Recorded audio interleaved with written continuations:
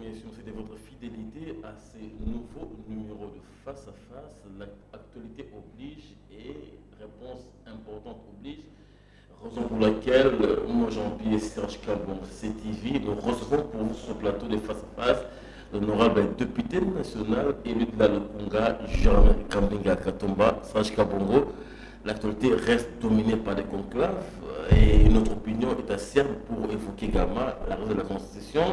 Et avec nous aujourd'hui, Jérémy Kambinga, je pense que l'occasion est bien indiquée pour que nous décortiquions toutes ces questions importantes à l'aube de ces dialogues que tout le monde veut avoir sur la table pour parler.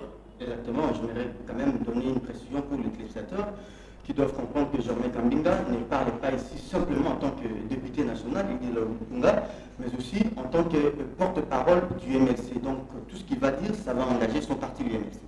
Voilà, d'entrée de jeu, on va poser la première question à Jérémy Kambinga, député national, porte-parole du MLC, je l'ai précisé.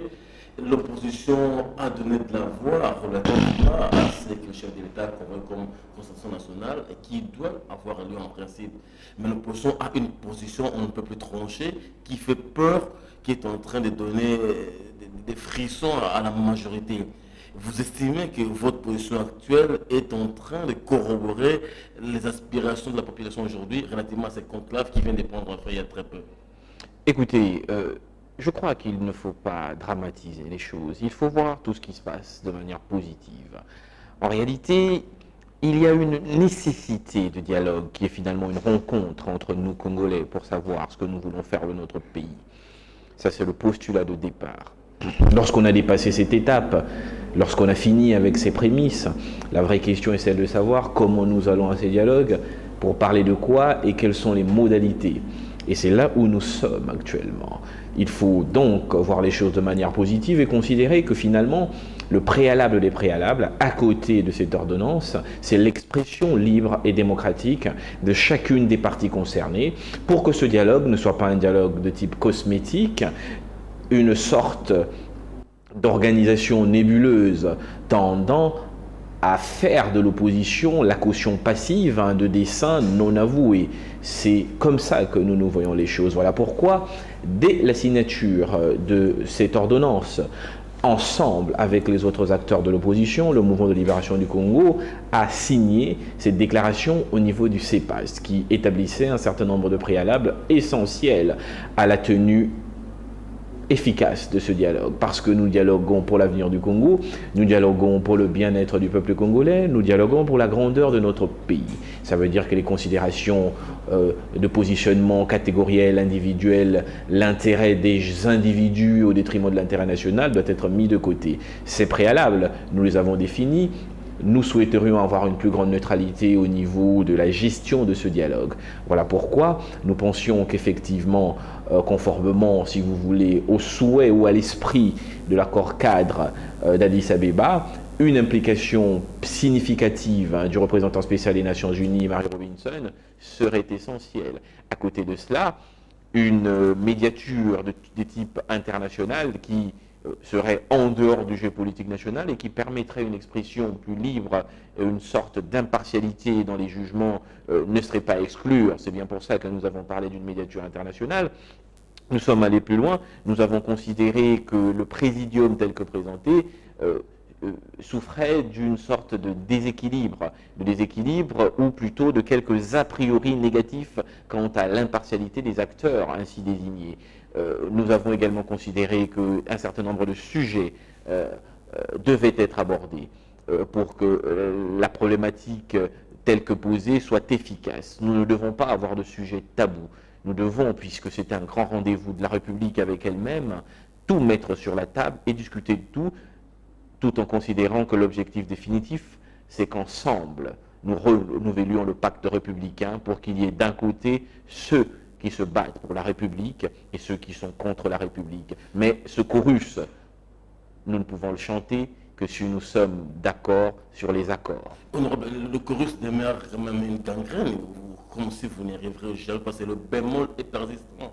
Vous parlez de dialogue, la majorité veut seulement entendre la terminologie des concertations. Là, il y a un bémol. pour eux, ce n'est pas un dialogue, vous devez vous concerter. Vous dites dialogue dans cette dichotomie-là. Quelle sera l'issue finalement? Ben, vous savez, si nous faisons la politique de l'autruche et que nous ignorons la nécessité d'un débat dialectique, nous aurons fait ce que j'appelle une espèce de rencontre cosmétique, faire valoir et justificatif d'une situation ou d'une perspective.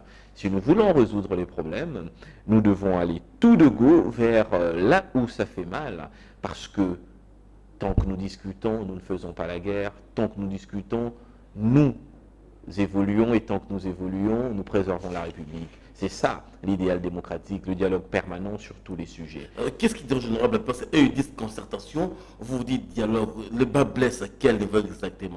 Au-delà de cette guerre sur le champ sémantique de cette grande rencontre congolaise, ce qui est plus important et ce dont il faut vraiment parler, c'est la neutralité et l'éclectisme des sujets qui doivent être abordés.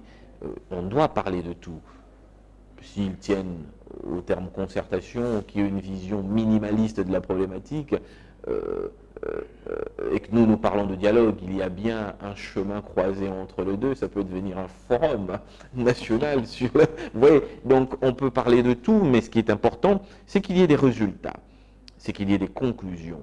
Vous savez, nous sommes un pays qui a été bâti et qui s'est construit sur de grands consensus. Le dialogue intercongolais, c'était un consensus historique. Aucune nation dans le monde ne donnait une chance à cette formule du 1+4 qui a finalement accouché d'une élection et des prémices d'une démocratie. Appuyons-nous sur ce qui a marché dans l'histoire de notre pays pour avancer.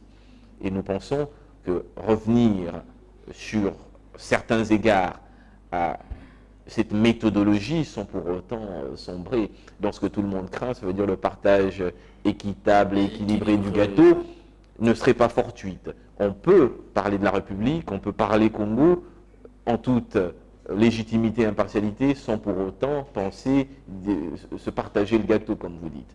Honorable Kambinga, l'impression que nous avons de vous, l'opposition, c'est que vous demeurez dans votre logique de la confusion. Vous sémez de la confusion et vous faites une mauvaise interprétation de cet accord cadre d'Addis Abeba. Vous évoquez Marine Robinson qui n'est pas impliquée dans le mécanisme au niveau national. Elle est impliquée dans le mécanisme au niveau régional, je dirais même au niveau international qui concerne les États. Ça, c'est la confusion que vous voulez créer. Non, vous savez, ce que nous disons, c'est que le chef de l'État a fait une proposition à travers son ordonnance.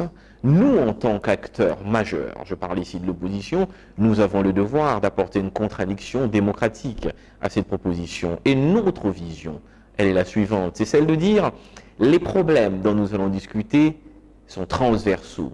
Les solutions, pour l'essentiel, sont nationales, mais il y a des implications d'ordre international. Nous disons également que nous avons déjà dialogué dans ce pays et ça a marché. Pourquoi est-ce que ça avait marché? Parce que les uns et les autres s'étaient sentis sécurisés.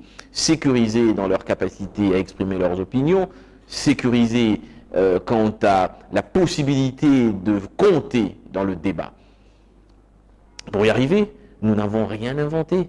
Lorsque nous proposons une médiature internationale, c'est la même chose qui s'est passé hier avec Etumile Massiré, qui a été une espèce de facilitateur en dehors du jeu politique et qui a permis aux enfants du Congo de résoudre leurs problèmes. Vous faites une autre lecture, c'est parce qu'à l'époque, on n'avait pas un pouvoir légitimement élu. Aujourd'hui, c'est un autre paradigme. Je dirais, nous avons un régime démocratiquement élu. Il y a deux façons. Sur la table de négociation, avec un régime élu, vous savez, réclamer la part équitable. Vous savez, s'il n'y avait aucun problème, notre président de la République n'aurait pas signé l'accord d'Addis Abeba, notre gouvernement ne serait pas à Kampala et aujourd'hui, nous n'aurions pas une ordonnance sur la table parlant de concertation. Ne faisons pas la politique de l'autruche. Mettons en avant ce qui nous rassemble et non ce qui nous divise. N'oublions pas que nous parlons ici de l'avenir de notre nation. Ne sombrons pas dans cette espèce de nombrilisme qui ignore la menace. La menace, elle est là, elle est palpable. Nous l'avons vécu. Goma est tombé ici. Et il a fallu un miracle de la diplomatie, de diplomatie pour que les choses reviennent plus ou moins à la normale. Sans qu'il y ait... que l'accord de Abeba n'a pas été signé pour des crises internes entre l'opposition et le pouvoir. C'est parce que les M23 avaient pris... Mais le débat... Ça, c'est une précision. Hein. Mais il ne faut pas réduire la question du dialogue national à une crise entre le pouvoir et l'opposition. Les thématiques telles que proposées transcendent les questions de politique politicienne. Donc à partir de là, il faut tout mettre ensemble. L'opposition a un point de vue, la majorité en a une. Je vous ai dit que l'idéal, c'est d'arriver à un chorus commun qui créerait une espèce de camp de la République. Le camp de la République, ça suppose une opposition qui contribue par ses propositions, mais une majorité qui respecte les règles et les institutions, sans ouvrir la brèche à une espèce de potentat que tout le monde craint. Donc partons de là. Si nous sommes éclectiques dans notre façon de voir les choses, si nous pensons que ce qui est important, c'est l'avenir du Congo, chacun doit faire un pas vers l'autre. Nous pensons qu'il faut une médiature internationale parce que nous pensons que dans un cadre d'arbitrage neutre, chacun aura la possibilité de faire valoir ses points de vue et les décisions qui sortiront de là ne pourront souffrir d'aucune contestation. Parce que nous pensons cela, nous proposons ce schéma-là. Maintenant, eux, ils pensent autre chose. Il faut qu'il y ait un pré-dialogue qui s'ouvre pour que des positions se rassemblent. Il ne faut pas, et ce n'est certainement pas la position du parti qui est le mien, jeter le bébé, l'eau du bain avec le bébé. La nécessité du dialogue, elle est impérative. Nous ne pouvons pas faire autrement. Parce que la République a d'énormes problèmes. Je vous ai dit, s'il n'y avait pas tous ces problèmes, nous ne serions pas à Kampala, il n'y aurait pas l'accord d'Addis Abeba, nous n'aurions pas dans ce pays le premier parti d'opposition qui ne reconnaîtrait pas la légitimité du pouvoir. On se réveille le matin, on s'endort, on a l'impression que ce n'est pas important. Mais sachez-le, si nous ne renouons pas le pacte républicain, nous faisons le lit des extrémismes et de l'extrémisme d'une manière générale. Des formes alternatives d'organisation et de manifestation et de revendication se feront jour parce que la nature a horreur du vide. Aujourd'hui, il y a toujours un problème qui persiste. Vous préférez une lecture internationale, d'autant plus que le chef de l'État est allé quand même dans les solutions nationales pour des Congolais qui doivent régler leurs problèmes. Que reprochez-vous au président Minaku Kengo Adondo? Des Congolais comme vous, qui connaissent mieux que Sassou et Robinson, le problème des Congo, et vous préférez aller ailleurs que les solutions à la maison? Non. Si nous parlons de dialogue, si nous parlons de concertation, si nous devons parler de la République, le point de départ, ça doit être un consensus sur la manière dont les choses doivent fonctionner.